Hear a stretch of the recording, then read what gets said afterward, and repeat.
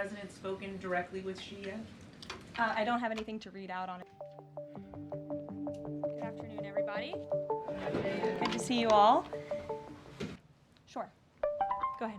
Does the proposals that you talk about, is that enough to extend the pauses on these reciprocal tariffs, or does the president need to see, these deals inked and signed to offer any sort of additional extension beyond the 90 days? Well, look, ask me in July when the deadline hits. I know I'll be answering those questions from all of you in this room. There's a lot of time left, and the president's trade team is working, again, at Trump speed as quickly as they can to ensure that these deals can be made. Are any of those conversations yet with China happening? I actually do have something to share on that. I asked the president about this before coming out here, and he wanted me to share with all of you that we're doing very well in respect to a potential trade deal with China. As I mentioned, there have now been 18 proposals in more than 100 countries around the world who are wanting to make a deal with the United States of America, and the president and the administration are setting the stage for a deal with China. So we feel everyone involved wants to see a trade deal happen, and the ball is moving in the right direction. Sure. Setting the stage for a deal with China, what does that mean? Has the president spoken directly with Xi yet? I don't have anything to read out on a direct talk between the president and President Xi, but we will continue to keep you updated. And Secretary Bessent reportedly today told investors that this trade standoff with China he expects will be de-escalating soon because, as he described it, reportedly the situation is unsustainable. Is the president considering taking steps to de-escalate the situation with China? Again, I just read you words directly from the President of the United States. Those are moments ago. That's where his head is at right now.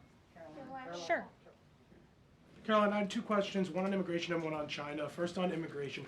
Roughly how many illegal immigrants and aliens do we have in our country, and how many does the administration plan on deporting? Sure. Well, you'd have to ask the Department of Homeland Security for a specific number, but we suspect it's definitely in the millions, perhaps upwards of 20 million people that were allowed into the country illegally by the previous administration.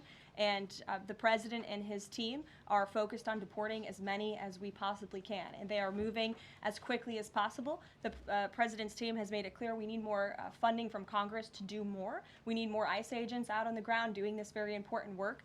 And we also need rogue district court judges to stop acting as judicial activists, trying to block the administration from deporting illegal criminals from our nation's interior. Absolutely. The American public elected the president to do this, and he's following through with that promise. And we have over 250,000 Chinese nationals in our country right now on student visas. Does the administration believe there's any national security concern when it comes to those over 250,000 Chinese nationals in our country? Well, as you know, when it comes to foreign visas, the Secretary of State has the right to revoke visas of those who we feel are acting in a adversarial way to our foreign policy interests here in the United States.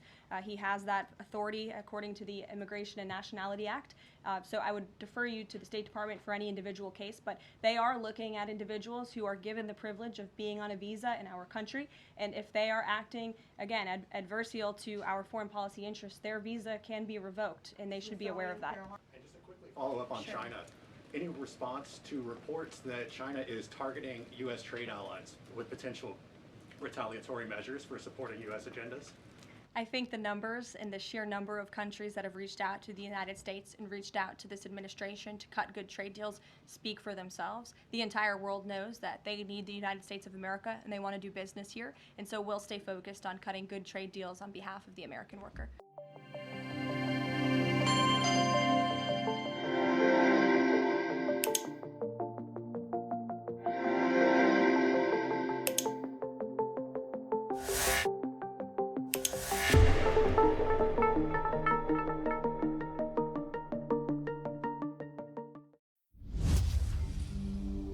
One are listening,